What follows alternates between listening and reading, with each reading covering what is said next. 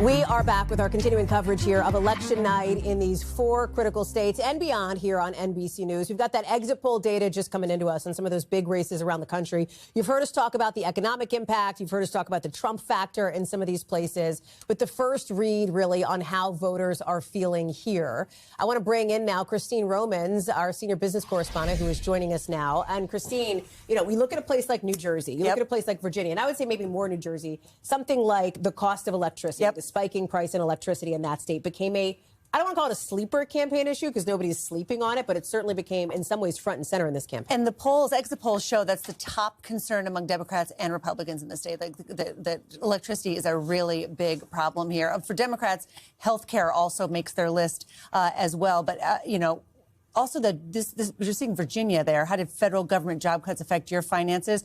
Obviously, that's going to be a bigger deal in Virginia because right there in the proximity of the federal government. But over in New Jersey, it's just the grinding cost of living. High tax state, high property tax state, and everything from childcare to groceries costs a little bit more. Stand by for 1 second, Christine. I want to bring in 2 of our panelists who have joined us over here on set. I hope I can bring you in. I think we have the camera ready for you. We've got Hogan Gidley, Ashley Etienne. Great to see you both. Thank you so much.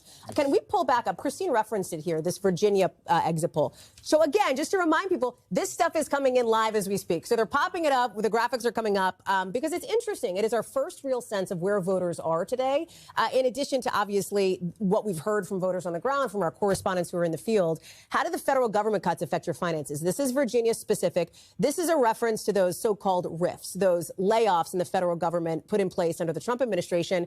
And you can see here that, you know, more than half of voters said it's in some way affected your pocketbook, what the president has done and his team here. And why this is interesting here, and Ash, I'll go to you on this. You look at something like Northern Virginia. You look at the area around Hampton Roads, which obviously has a bigger military population. Virginia has something like 147,000 federal civilian employees, right? Second most in the country.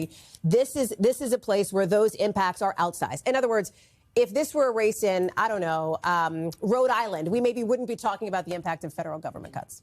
No, that's absolutely right. And I think what's interesting, and if you look at both of these exit polls, the majority of voters are concerned about economic issues, from health care to energy costs. I mean, all of it, 86%. I was just looking at the exit polls in New Jersey, for example, 86% is focused on the issues of the economy. And that's got to be if I'm Donald Trump and if I'm Republicans, that's got to be a frightening scenario.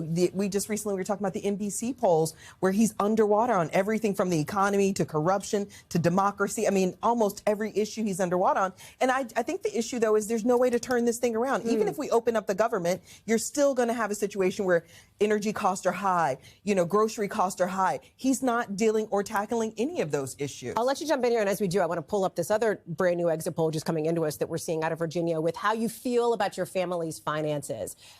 62% of voters felt like their family finances were holding steady, but about a quarter of voters felt like they are falling behind on that front. And Hogan, you know this has been central to the messaging here in both of these races. First thing, Hallie, I noticed you said that I saw you scribbling away, buddy. Yeah, I did. I did. First thing I noticed you said this has been done by the president and his team, this shutdown. Not the case. No, I didn't say the shutdown. The federal employee layoffs, the RIFs.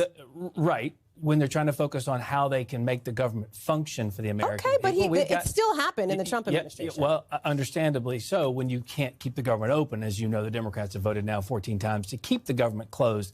But I digress. Prices for gasoline have gone down to the lowest point in years under this president.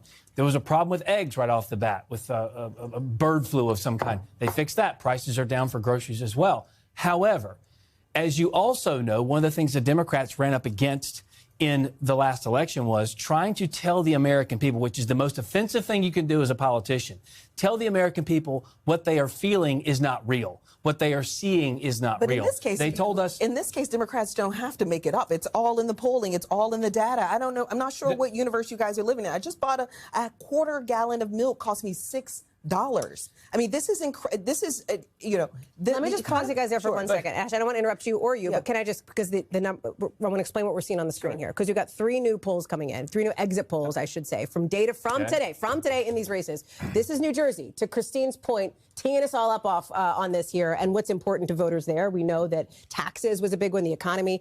You saw the numbers in Virginia, very similar here in New Jersey. About a quarter feel like they're falling behind. 60+% think they're holding steady. Let me advance to the next one here, because I think there's another screen as well from our team who's handling exit polls on the economy in some of these key states. We've seen it in Virginia, we've seen it in New Jersey, and now the condition, this is like the state of the state's economy. This is another exit poll question that we asked.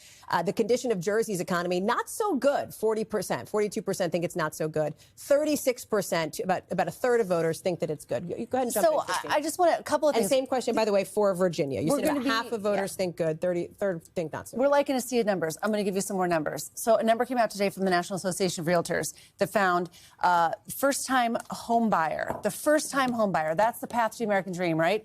The median age is a record high 40. Wow. And of all the homes sold in the most recent quarter, only 21% went to first-time home buyers. That's never happened before. So that's the backdrop here. High child care costs, a housing market that you can't get into, and that's how you get kind of ahead. We still have a pretty durable labor market overall, but all this worry about AI and some, corporate jobs more recently, and then just the daily cost of living. The family finances are stretched. Hogan's absolutely right. Gas prices the lowest, I think, in maybe 4 years. The Stock market's doing great, obviously. The stock market's up 42% over the past year, but I look at electricity prices up 20% over the past 4 years. There's that old, the framing of are you better off today than you were 4 years ago?